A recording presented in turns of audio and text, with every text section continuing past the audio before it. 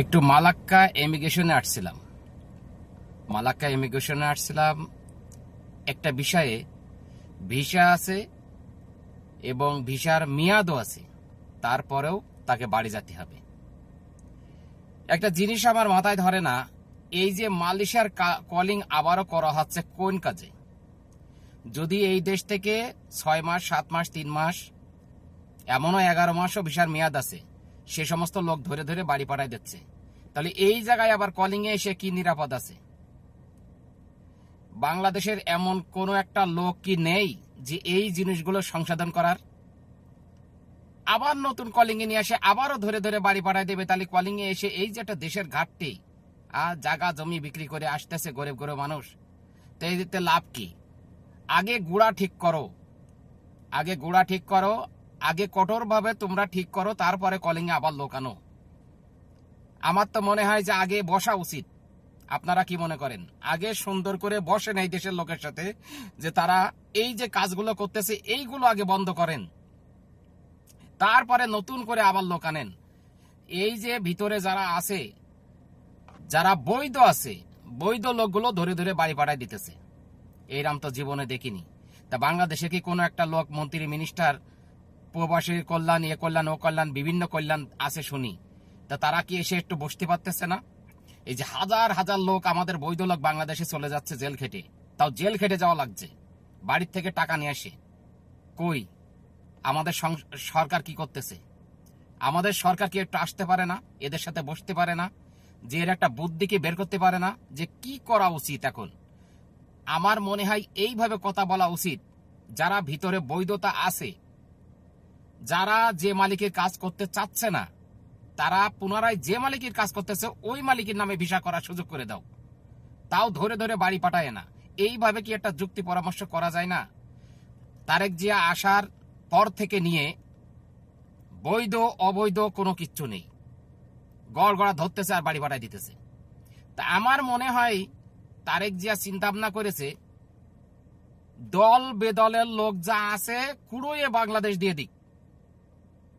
এইবার বাংলাদেশে যাওয়ার পরে নতুন করে তার মাধ্যমে আসতে পারলে আসলো, না আসতে পারলে না আসলো। তার চিন্তা করা উচিত, এই দেশ থেকে যদি 5 লাখ লাখ লোক ধরে বাংলাদেশ দিয়ে দেয়, আমাদের দেশের ঘাটতি, আর এই 5 লাখ লোক আর আসতে পারবে না, তারা ব্ল্যাকলিস্ট হয়ে যাবে 5 বছর থেকে 3 বছর থেকে 2 বছর। তাহলে কত বড় ঘাটতি আমরা পড়তেছি, তা এই দিয়ে মাথায় কারো ধরে না। তারেক জিয়া কি সে একটা কোনো তার পলিটিশিয়ান বিষয় নিয়ে আমাদের সাথে শত্রুতা করে কি প্রতিশোধ নিচ্ছে? আমার তো মনে হয় সে প্রতিশোধ নিচ্ছে এই কাজগুলো করে। সে এই জায়গায় আসার পর থেকে লিগাল এলিগাল কোনো কথা নেই, ধরপকড় করে সব গোষ্ঠী সহ বাংলাদেশ দিয়ে দিচ্ছে। কোন লোক আজ পর্যন্ত বাংলাদেশ থেকে কি তারা পেপার পত্রিকায় দেখে না? তারা কি একটু মিডিয়া দেখে না? তারা কি এসে একটু বসতে পারে না আমাদের জন্য? একটু কি বিবেচনা করতে পারে না? অবশ্যই পারে। তারেক জিয়া সে একটা ছোটখাটো প্রতিশোধ নিতেছে জনগণের পরে। আপনারা একদিন এইটা দেখবেন। আর আপনারা যদি বিশ্বাস না করেন, আপনাদের মাথায় একটু খেলান, সে আসার পর থেকে বৈধ অবৈধ নেই। আপনারা হয়তো দেখেছেন পোর্ট কেলাঙে, আমার মনে হয় এত বড় অফার আছে আর কোনোদিন দেয় নাই। এত বড় অফার আছে আমার জীবনে দেখে নাই। তাইলে এগুলো তো তারা দেখতেছে, তারা আবারও কলিং এ লোক আনতেছে, তারা জায়গা জমি বেঁচে আসবে, আসার পরে ধরে ধরে আবার বাংলাদেশ দিয়ে দেবে। সেই লোক আসার আগে আপনারা আবারও ভিতরে আসেন, ভিতরে এসে এদের সাথে বসেন, বসে সুন্দরভাবে পরিবেশের সাথে যারা এই ধরপকড় করতেছে একটু ঠান্ডা করার ব্যবস্থা করেন। লোকজনগুলো মরে গেল না খেয়ে না দিয়ে, এখানে ওখানে ঘুমাইয়ে, বাগান আগান ঘুমাইয়ে ত্রাসের পরে আছে সবসময়, মানে ত্রাস লেগে আছে মানুষের। কি হবে? একটা লোকের পিছনে 7-8টা ফ্যামিলি বাংলাদেশে, তো একটা লোক বাড়ি যাওয়া মানে পুরো সংসারটাই ধ্বংস হয়ে যাওয়া। এই বিষয়ে কেউ কোনো কথাও বলতে চায় না, কেউ মাথায়ও আনে না। সবাই স্বার্থ খুঁজতেছে, নতুন কলিং আসবে, আমাদের টাকা ইনকাম হবে। টাকা তো ভাই সারা জীবন ইনকাম করা যাবে। আরে ভিক্ষা করলেও টাকা ইনকাম করা যায়, চুল কাটলেও ইনকাম করা যায়, লোকের ক্ষেত মজুরি দিলেও টাকা ইনকাম করা যায়। কিন্তু মানুষের হয়রানি করে টাকা ইনকাম করার দরকার নেই, মানুষরে প্রলম্বন দেখাইয়ে ক্ষতি করে টাকা ইনকাম করার দরকার নেই। ভাই মাঝে মাঝে এমন হয়, মানুষের হাহাকার আর কান্না দেখলে আমি তো বহুত দেখি। আমি মানুষের ডোমিশন দিয়ে কোনোদিন ভিডিও বানাই ছাড়ি নে। ডোমিশন এমন ভাবে আমি দিই যাতে কেউ না জানতে পারে। আমি চুরি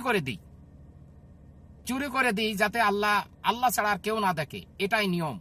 লজ্জায় যে আমি এইটা দেবো, কোনে হয়তো মানুষ খারাপ কথা কবে, তার দরকার কি?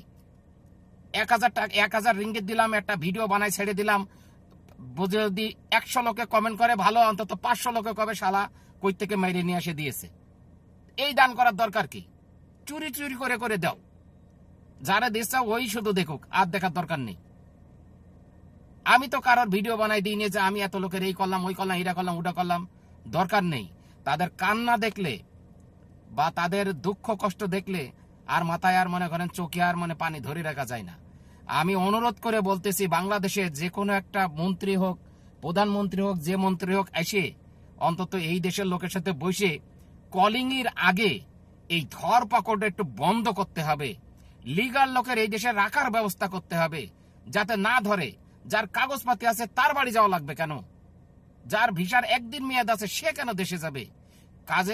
সে কাজ করতে গেছে, তার একটা অন্যায় আছে, ছোট্ট একটা জরিমানা করে তাকে তার মালিকের কাছে ফেরত দিলেও তো মনের বুঝ দেওয়া যায়।